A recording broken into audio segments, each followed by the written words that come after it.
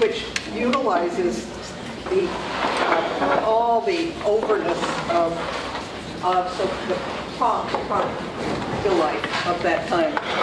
Different the iconography of the things in these pictures, which you could spend the rest of or all of our sessions just on this because it's fascinating on about 50 counts.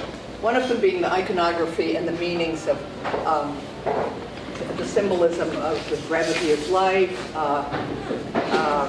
the egotism of man, and then the different things, some of them with very religious notes, different flowers, different birds occasionally. So I did throw some birds in, and you don't have to do anything. You do not have to do any, you can eliminate things with your eye, or you can jump over the table and take the birds out, or do whatever. We've already been trying to do something about this, which is tough, and we can see what you think when we turn the lights off, if and when we turn the lights off again. The thing that I am most interested in, influenced by in the Dutch still life, and we could have done a real one, a real thing. So what I've done is sort of taken the modest, the lobster, the oyster shells, the amp supplies, salt, these precious herbs and spices of that time.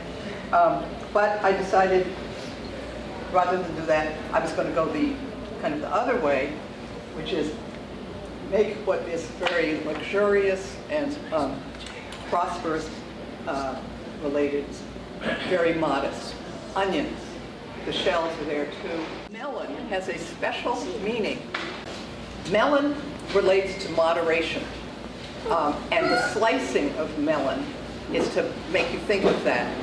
The reverse, or the whole melon, relates to gluttony, and or even worse. No, even worse. So there are funny little things which, if you really, study this, if you're a scholar of it, it's fascinating. I believe oyster shells are libido. I think, oysters are associated with sexual.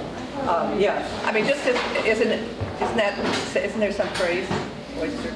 Yes. An aphrodisiac. Yeah, an aphrodisiac. But the thing that I also am most drawn to, if I can hit a right page, in the Dutch still life, is the composition and how they use the ellipses often, ellipse, and kind of a voyage of ellipses and a voyage of connections that just hold things together.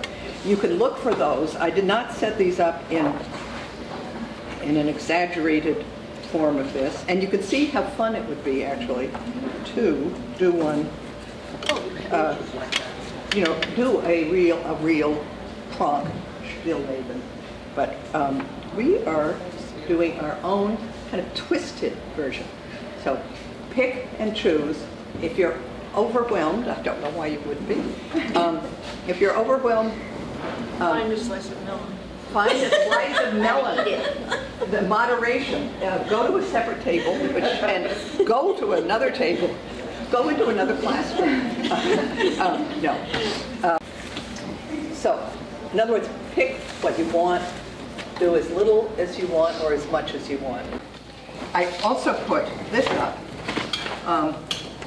because from wretched excess to a kind of simplicity, Harriet Shore, a contemporary painter, does over and over, and a lot of you are familiar with this, but over and over these splayed on a surface, things, united or contrasted by color. Sometimes the objects, she claims that the objects some of them are meaningful, I think, to her, but mainly she thinks of herself as a color painter. And so that's a rare watercolor, so most of them are oil. But this clearly is a very, very different approach from the pronk thing, or even the pseudo-pronk.